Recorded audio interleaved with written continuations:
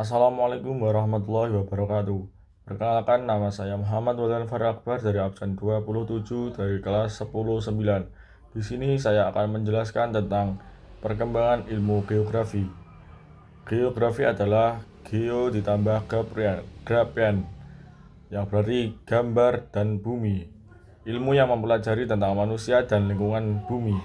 Timeline. Yang pertama ada geografi klasik, yang kedua ada geografi abad pertengahan, yang ketiga ada geografi modern, yang keempat ada geografi akhir abad 21, dan yang terakhir ada geografi mutakhir. Geografi klasik. Tokohnya adalah Anaximander, Herodotus, Eratosthenes, dan Ptolemeus. Muncul sejak 300 tahun sebelum Masehi. Pengenalan pertama yaitu peta, ilmu yang mempengaruhi oleh mitologi dan cerita rakyat. Teknik periplus, memperkirakan jarak dengan membuat daftar pelabuhan dan garis pantai. Yang kedua ada geografi abad pertengahan, dikembangkan oleh bangsa Arab yaitu Idris, Ibnu Batutah, dan Ibnu Khaldun.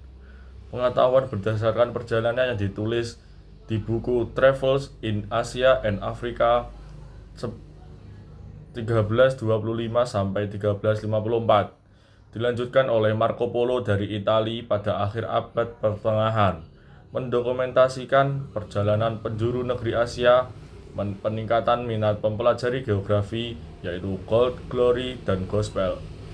Geografi modern dari abad 18 sampai awal abad 19. Ilmu geografi sudah menjadi bagian kurikulum pada universitas di Eropa. Negara yang menerapkan yaitu Prancis dan Jerman. Tokohnya adalah Immanuel Kant, Alexander van Humboldt, Arthur Charles Darwin. Geografi akhir abad 21. Fokus pada iklim, tumbuhan, hewan, dan bentang alam. Kajian pada aspek manusia berkurang.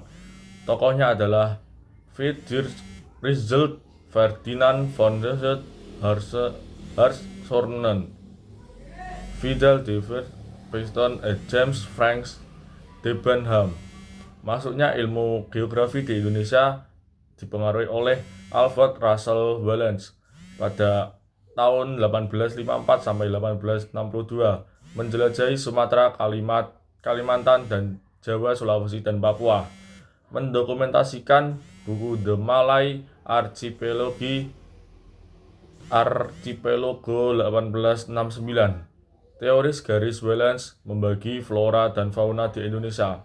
Yang terakhir ada geografi mutakhir, fokus pada pemecahan masalah yang dihadapi manusia, erat dengan teknologi. Tokohnya adalah Wigray dan Peter Hangget. Yang kedua ada objek studi geografi.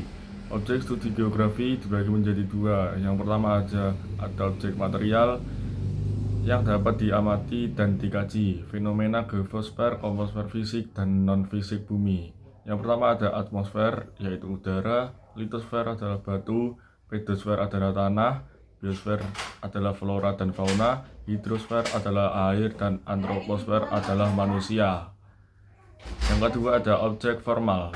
Objek formal adalah cara pendekatan untuk memahami mempelajari objek material. Pendekatan ke ruangan atau lokasi, sifat karakter, dan lokasinya. Pendekatan lingkungan, ekologi, fenomena alam, dan organisme.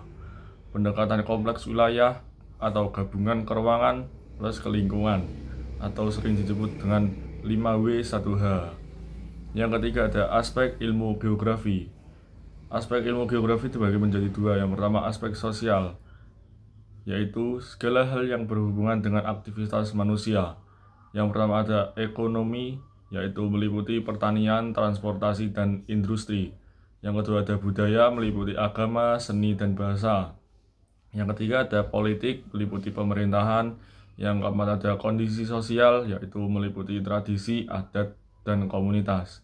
Yang kedua ada aspek fisik. Aspek fisik sendiri adalah segala hal yang bukan manusia yang mempengaruhi kehidupan manusia. Yang pertama aspek fisik adalah aspek topologi, merupakan bentuk, letak, luas, batas suatu muka bumi atau wilayah. Yang kedua ada aspek biotik, yaitu benda tak hidup ya adalah tanah, air, batu, cuaca, dan iklim. Yang ketiga ada aspek biotik, benda hidup, yaitu flora dan fauna. 4. Pendekatan geografi. Yang pertama, pendekatan kompleks wilayah. Pendekatan kompleks wilayah yaitu cara pandangan gabungan antar ruang dan kelingkungan. Bisa disebut dengan 5W 1H, yaitu apa yang terjadi, di mana terjadi, mengapa terjadi, bagaimana kejadiannya, kapan kejadiannya, dan siapa pelaku atau korbannya. Yang kelima ada konsep geografi. Yang pertama ada konsep jarak. Konsep jarak dibagi menjadi dua. Yang pertama jarak absolut. Satu, jarak absolut adalah pasti atau tetap. Yang kedua menggunakan satuan panjang. Contohnya kilometer, meter, dan sentimeter. Yang kedua ada jarak relatif. Yang pertama tidak pasti atau berubah-ubah. Yang kedua menggunakan satuan waktu. Contohnya jam atau menit. Yang kedua ada konsep lokasi. Konsep lokasi sendiri dibagi menjadi dua. Yang pertama ada lokasi absolut, yaitu tetap atau pasti, berdasarkan garis astronomi, lintang, dan bujur. Yang kedua ada lokasi relatif, tidak pasti, tergantung sudut pandang, dipengaruhi oleh wilayah sekitar. Terus ada konsep keterjangkauan, mudah atau sulitnya dalam menjangkau akses suatu lokasi, berkaitan dengan sarana dan prasarana infrastruktur. Yang ketiga ada konsep morfologi, bentuk dari permukaan bumi pada suatu wilayah. Selanjutnya ada konsep nilai guna, berkaitan dengan nilai dari suatu wilayah dengan karakternya. Dan ada juga konsep aglomerasi, merupakan kondisi pengelompokan yang saling menguntungkan. Konsep interaksi merupakan hubungan timbal balik antar dua wilayah atau lebih. Konsep diferensi area, perbedaan atau pengelompokan yang sesuai dengan karakter wilayah. 5. Prinsip geografi. Yang pertama ada prinsip interrelasi, bagaimana kaitan antar fenomena. Yang kedua ada prinsip penyebaran. Prinsip penyebaran yaitu bagaimana suatu hal peristiwa tidak tersebar secara merata. Untuk mengetahui hubungan suatu hal dengan fenomena yang menyebabkan tidak meratanya sesuai hal. Yang ketiga ada prinsip kronologi, menjelaskan suatu fenomena dengan persebaran, keterkaitan, atau keseluruhan aspek. Bab kedua ada penginderaan jauh. Yang pertama ada peta. Peta menurut KBBI yaitu gambar atau lukisan pada kertas dan sebagainya yang menunjukkan letak tanah, laut, sungai, gunung, dan sebagainya. Representasi, gambaran bidang datar permukaan bumi dengan skala atau metode. Ilmu yang mempelajari pembuatan peta yaitu kartografi. Keakuratan terestrial.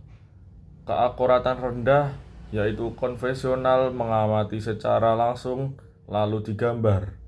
Dan keakuratan tinggi bisa menggunakan hasil PJ, citra dari foto atau dari foto udara atau satelit. Yang kedua ada bentuk peta. Bentuk peta ada dua, yaitu yang pertama ada peta 2 dimensi, yang kedua ada peta 3 dimensi. Komponen penginderaan jauh. Yang pertama ada sumber tenaga, yaitu cahaya matahari. Yang kedua ada atmosfer. Yang ketiga ada objek penginderaan jauh yang meliputi rumah, pohon, jalan, dan lain-lain. Yang keempat ada sensor, yaitu alat penerima pantulan spektrum. Yang kelima ada detektor, alat perekam. Yang keenam ada wahana, yaitu tempat detektor atau satelit atau pesawat. Penginderaan jauh, yaitu remote sensing, teknik untuk memperoleh pengetahuan objek, daerah, dan gejala melalui analisis data yang diperoleh dengan alat tanpa kontak langsung. Contohnya yaitu pesawat atau satelit. Manfaat penginderaan jauh yaitu informasi kondisi permukaan bumi, menggambarkan bentuk muka bumi yang relief dan atau cekung, membantu dalam menentukan tindakan atau kebijakan terkait kondisi yang berkaitan dengan muka bumi. Hasil penginderaan jauh yaitu citra foto, potret objek atau permukaan bumi, wahana kamera pada pesawat, X konvensional, pankromatik, ultraviolet, kromatik. Yang kedua ada citra non foto, menggunakan kamera sensor gelombang elektromagnetik X82 Landsat 8. Citra penginderaan jauh. Citra yaitu hasil gambaran atau rekaman suatu objek pada penginderaan jauh. Unsur citra yang pertama ada rona atau warna yaitu kecerahan objek. Yang kedua ada bayangan, interpretasi atau tafsir. Yang ketiga ada ukuran, jarak, dan volume dan tinggi. Nomor 4 ada situs, yaitu letak antar objek. Yang kelima ada bentuk, yaitu wujud. Yang keenam ada asosiasi, yaitu kepentingan objek. Yang ketujuh ada pola susun atau susunan keruangan. Yang kedelapan ada tekstur, yaitu tekstur halus atau kasar. Jenis citra. Jenis citra adalah warna alami. Warna alami meliputi merah, biru, hijau. Yang kedua ada citra pankromatik, yaitu warna hitam dan putih. Dan juga ada citra inframerah, yaitu condong ke hijau atau merah.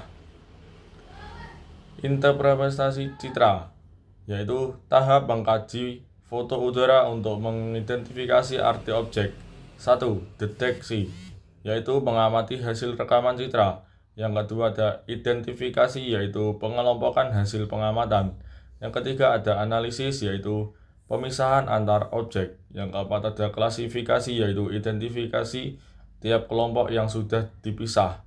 Yang kelima ada deduksi, yaitu uji kebenaran objek. Yang keenam ada penggambaran, yaitu presentasi hasil identifikasi. Sekian tugas remedi dari saya. Wassalamualaikum warahmatullahi wabarakatuh.